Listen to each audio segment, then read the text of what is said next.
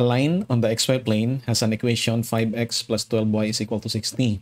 A UV plane of the same origin has its u-axis rotated at an angle of positive arctangent 4/3 from the x-axis. The first question is, find the UV coordinates of the y-intercept of the given line. So meron tayong line dito na ang equation ay given. Ang gagawin natin, i-plot muna natin to kasi hahanapin natin ang coordinates nito ng y-intercept pala nito with respect to this UV plane na ang u-axis nakarotate ng arctangent 4/3 from the x-axis. So ito yung ating xy plane. Para natin makuha class, unahin natin yung x-intercept. Assign mo lang yung y is equal to 0. When y is 0, ang value ng x, natural 60 divided by 5, that will be 12. Yan yung ating point natin, the x-intercept. Ngayon, pagkuha sa y-intercept, saan dumaan ang ating line dito sa y-axis, kukunin din natin ang ating y, ang ating x pala ay equal to 0. When x is equal to 0, ang ating y ngayon ay 60 divided by 12, that is equal to 5. Therefore, ang ating coordinates ay ito yon, the y-intercept, 0, 5. Ito yung ating straight line. Okay? Ang tanong dito, ano daw ang coordinates ng point na ito with respect to the UV plane? Okay? Na ang nakaikot ang kanyang u-axis, the same na origin actually, pareho na origin, pero nakaikot ang kanyang u-axis at arctangent 4/3. Pag sinabing positive na angle dito class, no, mag-rotate lang tayo ng counterclockwise. Okay? From the positive side of the x-axis. Ibig sabihin, ito yung ating UV axis. Ito yung ating U at saka yung ating V. Bali, ito yung ating rotation na theta. Okay? This is the arctangent of 4/3. Natural, no? Ito rin dito, nag-rotate tayo ng counterclockwise. Theta din ito. Ha? So, kung isulat natin yung theta class, that is actually, theta ay arctangent of 4/3. That is the value of theta. And therefore, the tangent of theta ay equal to 4/3. And this is the babasihan natin sa ating solution. Kasi ang gagawin natin ngayon, gawa tayo ng triangle dito. Itong triangle natin. Okay? Mag-define sa tangent of theta. Alam natin yung tangent ay opposite over the adjacent. So therefore, ito yung ating 4. Ito yung ating 3. By 3, 4, 5 na triangle, ito ay 5. At ito yung ating theta. Opposite ng theta ay 4. Ang adjacent ng theta ay 3. That is actually tangent of this angle is 4/3. That is our theta. Now, paano natin i-express ito in terms of the distance, itong point na to, in terms of the distances from UV axis? Kukunin lang natin ang mga horizontal and vertical, mga distances pala, parallel to U and V axis. Ito yan, mga distances na yan. So, ito yung ating U, ito yung ating V na distance. From this triangle, ang kukunin natin class, itong triangle na to. Okay? Analyze natin ang triangle na yan. So, madali lang na. Paano masolve yan? We have this sine of theta. The sine of theta. Ratio and proportion lang actually gagawin natin for the sine of theta. That is opposite. Ito yung opposite natin. U. Ang distance na yan, ito kasi yun. U all over the hypotenuse. Opposite over the hypotenuse kasi 90 degrees dito. Ito yung hypotenuse natin, the 5. So, ang mangyari dito, U all over 5. And this is equal to, from this triangle, 4/5. Pareho kasi yan sin theta, 4/5. Okay? This is equal to 4/5. Therefore, ang ating sagot for the U ay equal to 4 units from the V axis. Eliminate agad natin yung dalawang choices. Mali ito, nandito lang tayo sa dalawang pagpipilian, letter A at saka letter B. So, which one is the correct answer, letter A or letter B? So, hanapin natin yung cosine of theta galing sa the same na triangle. The cosine of theta is equal to adjacent. Dito pa rin tayo, ha? Dito pa rin tayo. Okay, adjacent, ito yon, the V. Okay, that is the distance from the u-axis to the point. Ito yung na distance actually. From the u-axis to the point, that distance is V, the coordinate of this point with respect to the UV plane. V all over the hypotenuse, 5 pa rin. V over 5. Okay? Dito sa ating triangle, take note, ang hypotenuse natin dito, itong 5 na to, ito yun ha. Hypotenuse. Dito sa ating triangle class, ito actually yun, adjacent, 3 all over the hypotenuse 5, ibig sabihin, 3/5.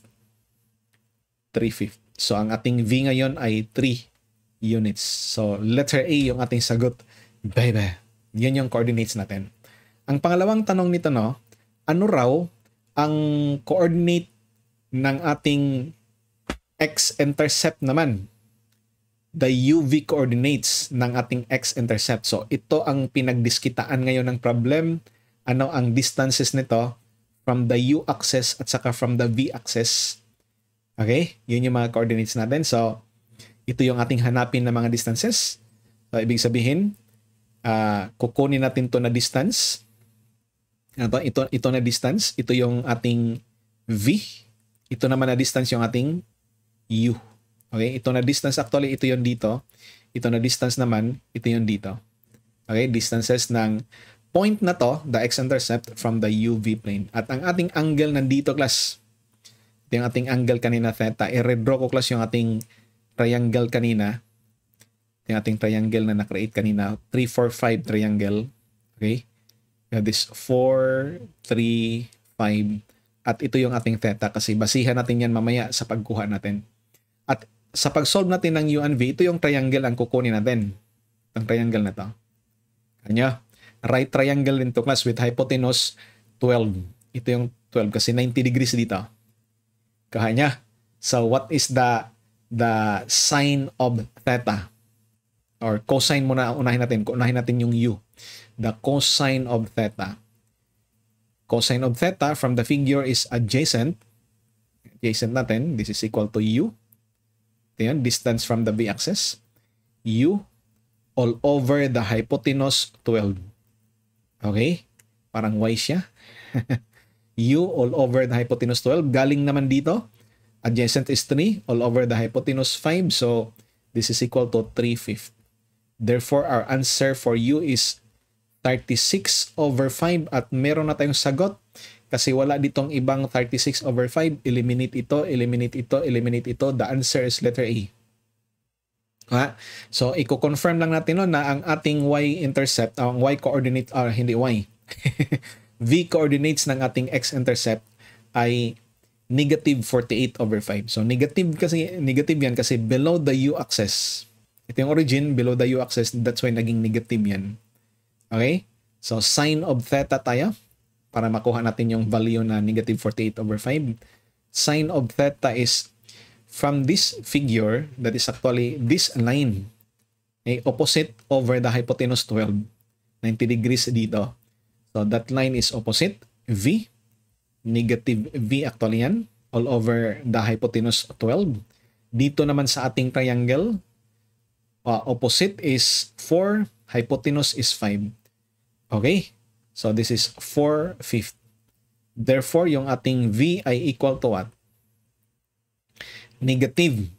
Okay? Atras ako ng konti dito. Kasi matabunan yung ating kapugian dyan. Negative 48 all over 5. That is our confirmation. So, meron na tayong UV. Ang pangatlong tanong, ano raw ang equation ng line na ito? Itong the same na line with respect to the UV plane. Yan yung tanong. Actually, nandito yung problem. The equation of the given line in the UV plane. So, hindi na XY, hindi na natural, hindi na ito yung equation kasi iba na yung dinaanan niya ng mga points with respect to this axis. Okay, so tanggalin muna natin ang hindi kakailanganin dito. At ito yung mga points actually na nakuha natin, the x-intercept, ito yon in the UV plane, that is 36 over 5, negative 48 over 5. Yun yung part 2 natin, letter B. Ang part 1 naman, letter A ay 4, 3, ang y-intercept. So, meron tayong dalawang points. Anong naalala nyo para makuha yung ang equation ng line given 2 points? Anong gagamitin natin na equation? Standard equation of the line, given 2 points, meron tayong point-slope form. Ang ating point-slope form ay given by this equation kung nasa y-axis, nasa xy axis tayo, nasa xy plane tayo. Y minus y1 is equal to m. X minus x1, yun yung ating equation. Tama ba? So, kailangan natin yung m which is equal to y sub 2 minus y sub 1 all over x sub 2 minus x sub 1. Pero ngayon, no, nandito tayo sa UV plane. That's why kung isolve natin ang slope natin, ito yung magiging slope. V sub 2 minus V sub 1 all over U sub 2 minus U sub 1. That will be our slope. So, ito yung tawagin ko na point 1. Tawagin ko to na point 1. Ito naman tawagin ko to na point 2. Okay? So, V sub 2 minus V sub 1. That is 36 over 5. Okay? Minus V sub 1 is 3. All over, 48 over 5 ito. Negative 48 over 5. Nagkakaroon na. Negative 48 over 5. Alright? Tapos, dito sa ilalim, yung U, yung katumbas sa X, 36 over 5 minus 4. Ilan to, class? Kakalkyo ko dito. Sa aking end lang ako magkalkyo. Okay? Hindi naman to special na ikakalkyo. Papakita ko sa inyo. 48 over 5 minus 3 all over 36 over 5 minus 4. That is equal to negative 63 over 16. Negative 63 all over 16. That is our slope in the UV axis, UV plane. So, what is our equation now? Ito yung magiging equation natin. V minus V1 is equal to M U minus U1. That is our equation. So, we have this V minus V1 is 3. We call this point 1. Ito yun. UV. Okay? 3, and then M is negative 63 over 16. Alright, we have this U minus U1 is 4. Okay? Rearrange. We have this 16 or cross multiplying itong negative 16 to the left side. We have this 16. 16V. 16 times 3 is ilan? 16 times 3 is 48. 48 is equal to negative 63. Okay, of U. So, meron na tayong sagot. Ang coefficient ng U is 63. So, maghanap ka dito ng coefficient ng U. I-transpose natin yan maging positive. Letter A yung sagot. Hindi 63, hindi 63. So, the answer is letter A. Alright? So, negative 63 times negative 4, ilan yan? Negative 63 times negative 4. And that is positive 252. Positive 252. Rearrange na lang kulang, class. Rearrange natin to. Makuha na natin yung sagot. We have this. I-transpose natin to na negative 63 to the left side, magiging positive 63 na. And that is our answer. 63 of U. Tapos, isunod natin tong plus 16 of V. Sa right side ng equation, expect tayo ng 300. We have this 252 plus 48. 252 plus 48. Exact 300 talaga. And this is our answer. Boom! May sagot na tayo kanina pa. Dali lang na. Sunod na problem. The following is a set of notes of the earthwork of a road embankment. Stations 5040, given yung mga coordinates. Ito actually yung center ng road. Ito yung left, ito yung right. Station 5 plus 140. Ito yung left, ito yung center, ito yung right. If the width of the roadway is 12 meters and the side slope is 2:1, the first question is, determine the volume of the earthwork by end area. Naalala nyo pa ang formula for the end area method? Isulat ko dito, class. The volume by end area is equal to the average of the end areas times the L. Actually, pareho yan sa prism, class, na area of the base times the altitude. Only that our area of base is an average na area sa mga ends, okay, ng ating volume. So, ang puhunan natin dito, maplat natin to ng mga coordinates. Maplat natin to into a drawing, tapos from that drawing, kukunin natin yung mga areas. There are many ways to find the areas, class. Okay? So, i-plot natin. Ito yung ating center line. Yun yung unahin natin, the center line. Then, meron tayong Width ng roadway, 12 meters. Ibig sabihin, 6 ito kabilaan. 6 meters dito, 6 meters dito. Tapos sa left, meron tayong 12 from the center, baba ng 3. So ito yung na point. 12 from here, galing dito, 12, baba naman 3. Ito yung ating line. So kung lagyan natin yan ng dimensions, ito yung ating 12. Okay? Ito yung 12 na distance, ito naman yung 3 na distance. Alright?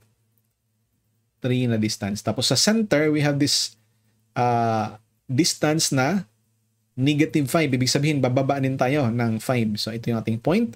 So, ito dito ang ating close natin yan. Ito yung 5. Bali, itong ating kuan dito, no? Embankment actually ay fill. Mag-fill tayo. Ng kulay yan, orange. Red-orange. 5 meters to. Okay?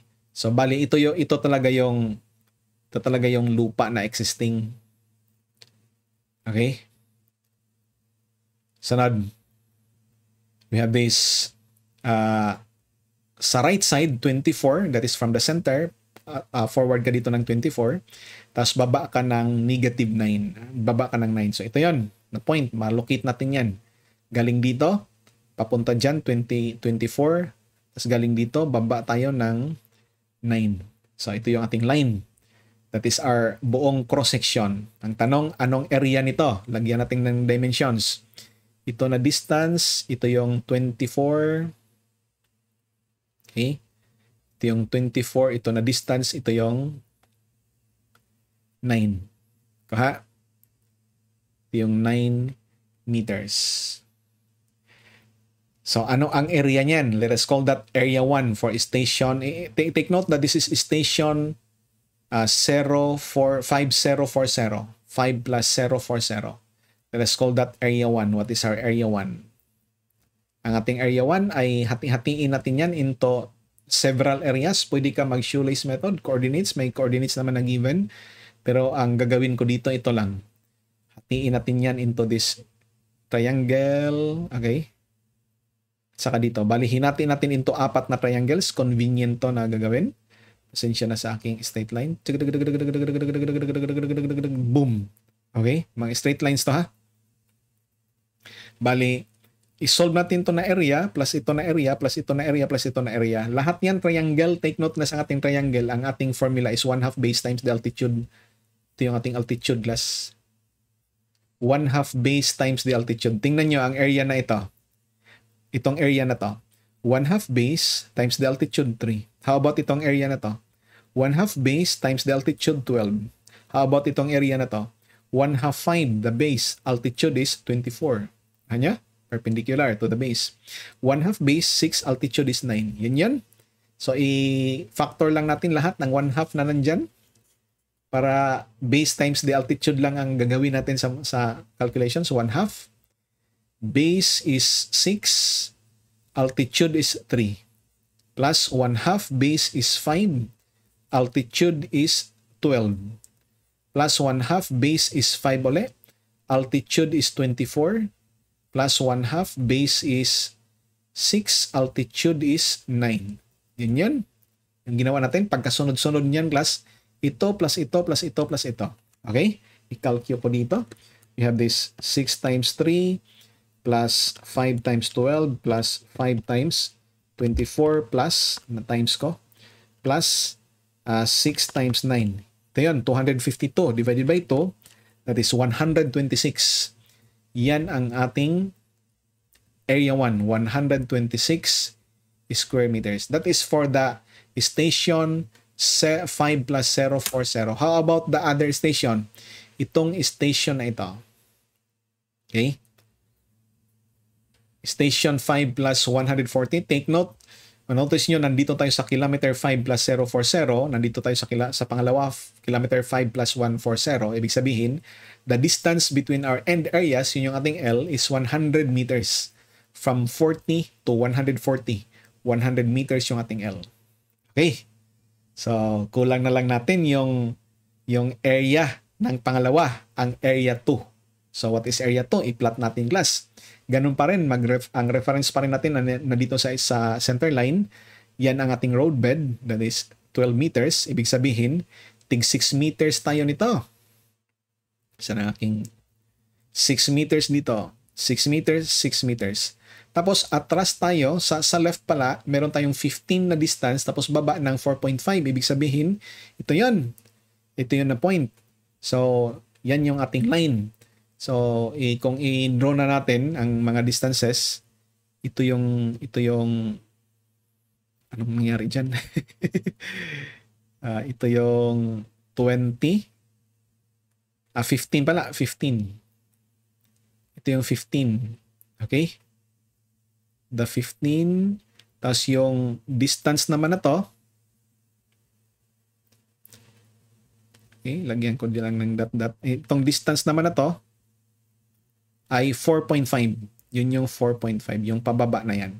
Makita mo actually dito no, na ang ating side slope ay always 2:1 kasi tingnan mo, itong distance na to dito, ibahin kong kulay. 24 minus 6 actually is 18. So 18 over 9 is 2:1. Dito naman 6 minus 12 is 12 minus 6 is 6. 6 over 3 is 2:1 ulit. Dito 15 minus 6 is 9 divided by 4.5. 2:1 uli ito class na value. 2:1 yung kanyang side slope. 2 horizontal, 1 vertical. Ganon din dapat sa kabila ha. 2:1 yan. Yun yung sabi sa problem eh. At ang coordinates nakaganyan na siya. Sa center natin is negative 7. So, bababa tayo ng 7. Ito yun. Yan yung glass. So, yan yung ating line. Ito ay 7. 7 to dito. Tapos, sa right side, meron tayong 30 at saka negative 12. So, ito yung point natin. From the center, 30. Center line, 30 horizontally. From this point, vertically, that is 12. Pababa. So, ito yung ating buong cross-section. Lagyan natin ulit ng dimensions. Ito class yung siya na sa aking drawing. Ito yung 30. Ito naman yung tawag dito. Shield. Okay? Makita mo nito, side slope pa rin nito class ay 24 kasi 30 minus 6 is 2:1 pala. Kasi 30 minus 6 is 24. 24 over 12 is 2:1 ulit. Babalik tayo palagi sa side slope na yan. Okay? So, paano masolve ang area? Pareho sa ginawa natin kanina class, hati-hatiin natin to into several areas. So, ang paghati natin kanina, ganito pa rin. Okay, ito, saka dito. Okay, meron tayong 4 ulit na areas. 1, 2, 3, 4. That is for our station. 5 plus 040. Ano ang area niyan? Let's call that class area 2. Ang area 2 natin is 1/2. Base times the altitude. We have this 6 times 4.5 plus 7 times 15 plus 7 times 30 plus 6 times 12. Okay? Ilan to class na area 2? Calculate natin. 6 times 4.5 plus 7 times 15 plus 7 times 30 plus okay? 6 times 12. Ang napindot ko. Na plus times 6 times 12, that is equal to 414 divided by 2. That is equal to 207. 207 square meters. That is our area to. Finally, makuha natin yung volume. Ang volume natin, i-apply na natin yung formula. Itong formula na to. Area 1 plus area 2, that is by end areas, 126 plus 207 divided by 2 times 100. Okay? Multiply lang natin to ng 100. And this is our answer, baby! I-calculate natin, 126 plus 207 divided by 2 times 100. That is 16,650. Letter B yung sagot. 16,650 cubic meter. That is the answer. Letter B. Determine the volume of earthwork by Presmoidal formula. Okay? Itong problem na to, no, kasi ang tanong dito sa letter C by Presmoidal correction, wag mo na tong isolve na Presmoidal formula because kung mahaba-haba kasi to kasi mag-draw ka pa ng mid-section. Ang volume kasi ng Presmoidal formula kung isulat natin class, ang formula ay ito, the volume is equal to L over 6. Okay? The area 1 plus 4am plus area 2. Ang area 1 and area 2, yun yung nakuha natin kanina na 126 at saka 207 ba yun? Balikan nga natin. Yun yung area 1 at saka area 2. Pareho lang. Ang area 1, 126.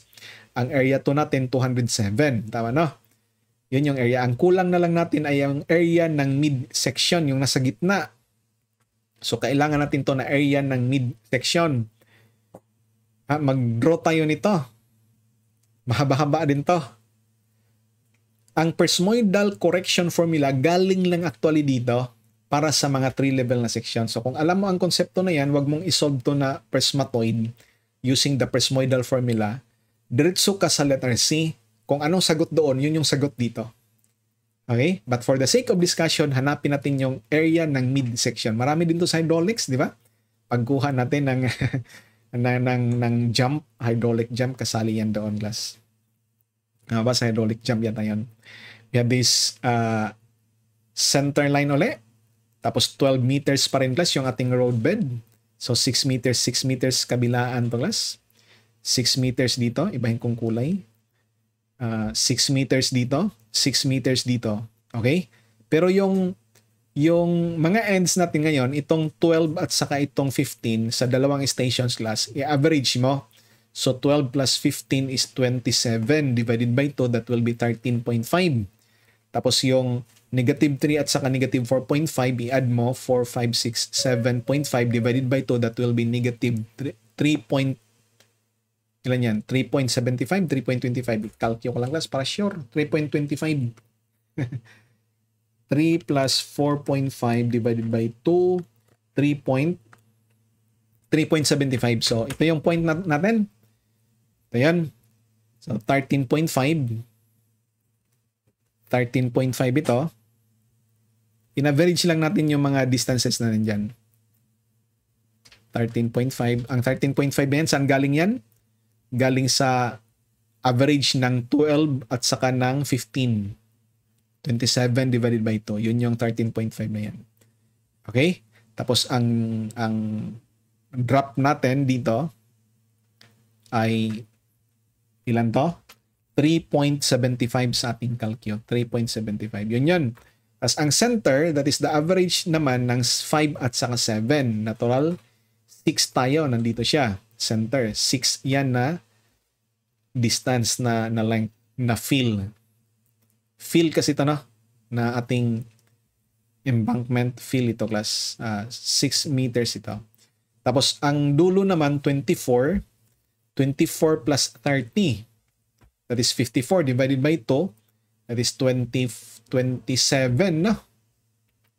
27. 54 divided by 2. Ha? Sunod.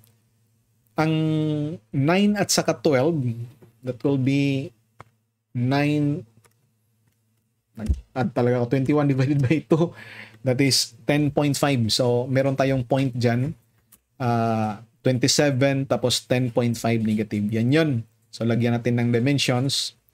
Itong distance na to, class, ay 27. Tapos dito naman, ito yung 10.5. Ma-check mo rin, class, yung inyong side slope. Ma-maintain actually yan na to is to 1.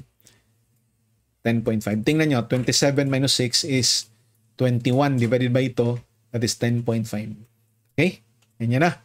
Side slope pa rin yan is 2 is to 1 pa rin. Hindi yan magbago. What is the area of this mid-section? Ano ang area niyan? Pareho sa ginawa natin kanina. Hati-hatiin natin to, class, into several areas. 4 na areas pa rin tayo. Ganun pa rin. Kung iba yung pag-solve mo nito, di okay din, class. Basta importante makuha mo yung area. Okay, ito na area, plus ito na area, ito na area, ito na area. Ang iba kasi nito ay by coordinates lang, the shoelace method. Okay, and I found kasi nito na mas mabilis. I found na mas mabilis to na ginawa natin ngayon. 1/2 base is 6. Lahat kasi sila 6 ang base. So ang mangyari dyan ay 13.5 or unahin natin yung 3.75 plus 13.5 plus 27 plus 10.5. Yun yan. Hindi na ito kailangan. It's equal to, we have this 3.75 plus 13.5 plus 27 plus 10.5 plus times 3. That is equal to 164.25. 164.25. Finally, kuha natin yung volume. Ang volume natin ngayon ay equal to L, 100 pa rin. All over 6. Area 1 is 126 ba yun? Plus 4 times AM. Yung nasolve natin kanina ha. 164.25, that is for the area 1 at saka area 2, which is 207 yung area 2. Yan yung ating volume ngayon. Tingnan natin. 126 plus 4 times 164.25 plus 207 times 100 all over 6. That is the answer, 16,500, and this is the answer. Okay, 16,500 cubic meters, letter B, baby. Okay, last pangatlong question sa situation na to. Ano daw class yung volume of earthwork by presmoidal correction? Nabanggit na natin kanina class na ang volume by presmoidal correction ay pareho lang ang result doon sa volume by presmoidal formula. Okay? Kasi itong formula ng presmoidal correction galing lang doon sa presmoidal formula para sa mga 3-level section. Ang ating formula actually for the corrected na volume ay volume by end area, tapos tanggalin mo lang yung volume by presmoidal correction. Ang volume by end area, na-solve na natin to. Ano yung volume by end area? Okay? Yung kanina, 16,000. Balikan nga natin yan. Sulat natin yung class. Volume by end area is 16,650. Ito yung sagot natin kanina, 16,650. Sulat natin class. Volume by end area is 16,650. Tanggalin natin last volume by presmoidal correction. Ito yung mangyari. Ito yung formula actually, L over 12 sa correction. C1 minus C2, D1 minus D2. That's why mas mabilis to class compared sa presmoidal formula mismo. Mas mabilis tong presmoidal correction. Okay? Lalo na't hiningi din yung end area. So, tingnan natin. Ito yung ating mga end areas. Area 1 at saka area 2. Ano yung C1 at saka C2? Bali, itong nauna actually, yung dino natin kanina, ito yung una. 5 plus 40 na extension. Plus 5 plus 40, tama. So, ito yung C1 niya. 5 yung C1. Okay, ito yung 5 dito. Ang D naman ay galing dito, papunta dito. Ito yung D. Ibahin natin kulay para hindi mag-clash ating writings na nandyan. Ito ay 5. Ito yung D. Okay, the D. Ilan to?